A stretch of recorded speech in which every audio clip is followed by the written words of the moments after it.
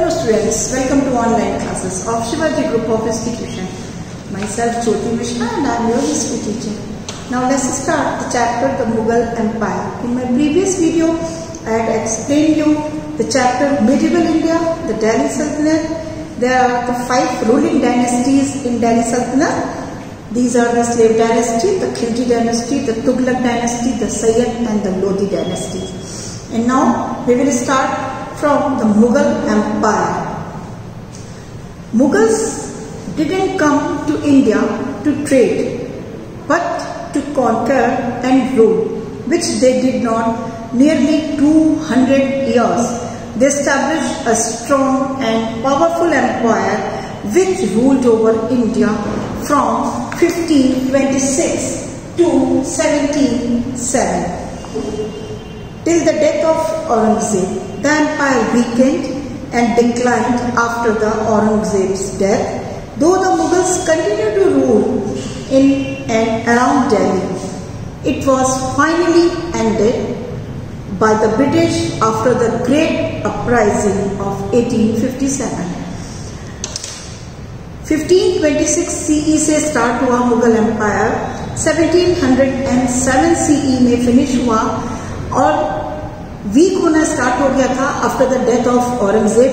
But अगर हम finally इसका एंड देखें तो वो 1857 में जब ब्रिटिशर्स आए और उसके बाद जब वो अपराइजिंग हुआ 1857 में, तब जो मुगल एम्पायर था वो फाइनली एंडेड हो गया था.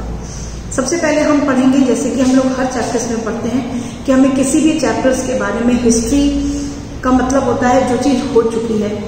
ठीक है, तो अब उसके बारे में जब तक हमारे पास सोर्सेज नहीं होंगे तब तक हमें पता नहीं होगा कि उस समय पर क्या हुआ था. तो हम यहाँ पे सोर्सेज की अगर बात करें तो historical sources which help us a lot in a drying of clear picture of Mughal period, जिसमें से बहुत सारे आर्कियोलॉजिकल सोर्सेज भी होते हैं और बहुत सारे लिटरेरी सोर्स भी होते हैं. यहाँ पर अगर हम बात करें सोर्सेज की तो हम कुछ इंपॉर्टेंट सोर्सेज को डिस्क्राइब करेंगे, जबकि हैं हमारे पास और भी बहुत सारे सोर्सेज लाइक अबुल फजल्स आईने अकबरी, मॉन्यूमेंट्स में Humayun tomb, Fatehpur Sikri, Agra fort, Taj Mahal, Jama Masjid and red fort. यहाँ पर हम 4 सोर्सेज हैं जिन्हें हम ब्रीफली डिस्क्राइब करेंगे. दे आर आईने Akbari, Taj Mahal, Jama Masjid and the red fort. Okay, तो finally we will start from Aine Akbari. आईने Akbari wrote by Abul Fazl. Abul Fazl was a famous 9 gems of Akbar's court. Akbar के कोर्ट के 9 जो जेम्स थे उनमें से एक था अबुल फजल. फजल wrote अकबरनामा. अकबरनामा जो था उसी का एक पार्ट है आईने Akbari, which throws a great deal of light on Akbar's conquest, his administration, his religious policy, his mansabdari systems, his land revenues, his hobbies, great qualities, virtues, victories. इन सब के बारे में हमें आईने अकबरी से बहुत ज़्यादा इंफॉर्मेशन मिलती हैं. The next is the Taj Mahal. Taj Mahal is the structure created by the Shah Jahan in memory of his beloved wife Mumtaz Mahal on the bank of Yamuna in Agra. Taj Mahal, because of its unique charm, it is counted as one of the wonders of the world. इसको हम संसार के 7-8 आश्चर्यों में से एक मानते हैं. And there is a none that can be compared with Taj Mahal, or it is built by pure white marble. The next is the Red Fort. This fort, built of red sandstones, stands in Delhi on the bank of river Yamuna. It contains various beautiful buildings like Rang Mahal, Moti Mahal, Diwan-e-Aam and Diwan-e-Khas. It was decorated with valuable stones and gems and gold and silver in it. And the last one is Jama Masjid. Jama Masjid, built by Shah Jahan and it is a newly built capital of Shah Jahan.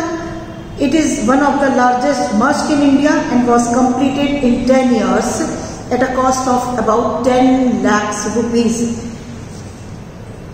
It was designed to attract the eyes of the faithful from afar and proclaim the glory of Islam.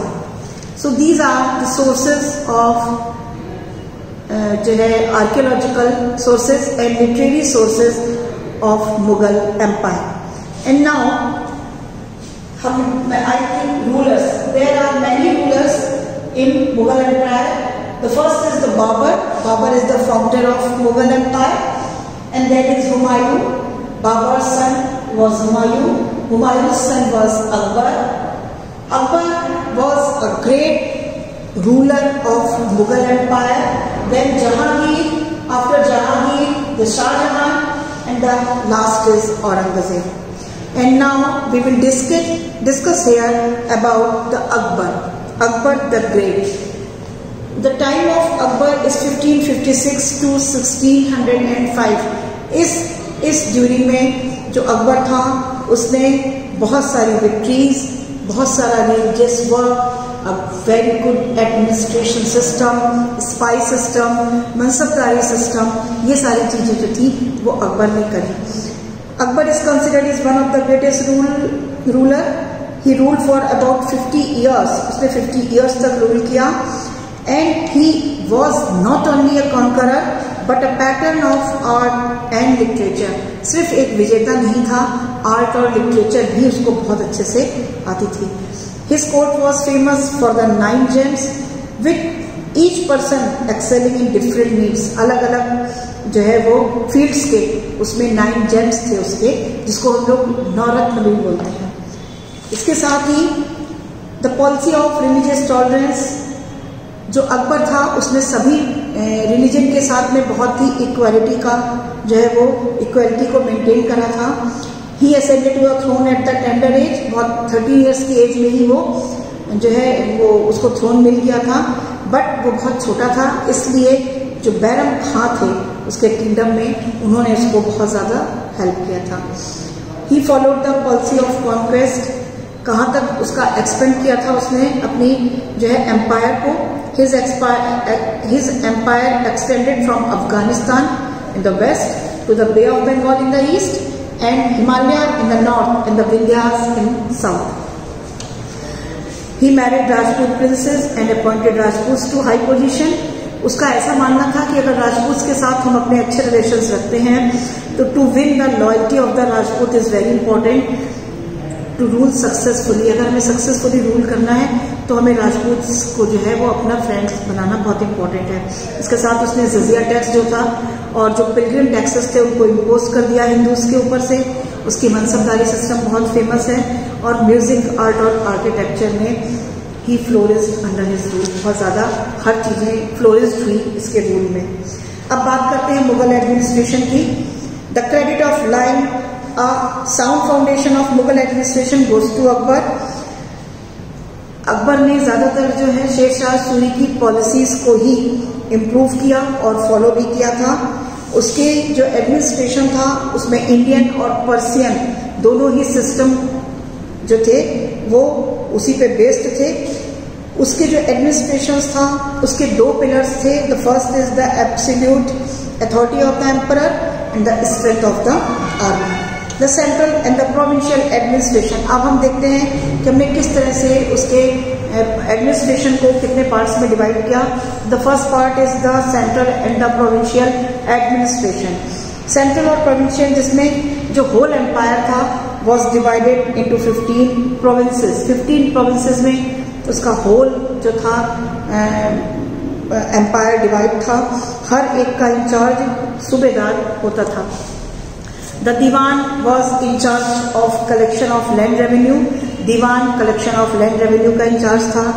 जितने भी शुबाज थे वो further divided सरकार्स में थे. इसके बाद वो परगनाज में थे.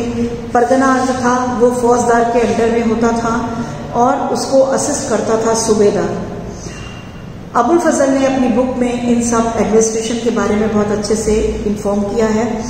जो विलेज था उसका जो चार्ज था वो मुकद्दम के हाथ में था, और पटवारी और चौकीदार भी देखते थे विलेज का administration. And now the mansabdari system, it is a very good system of Mughal empire.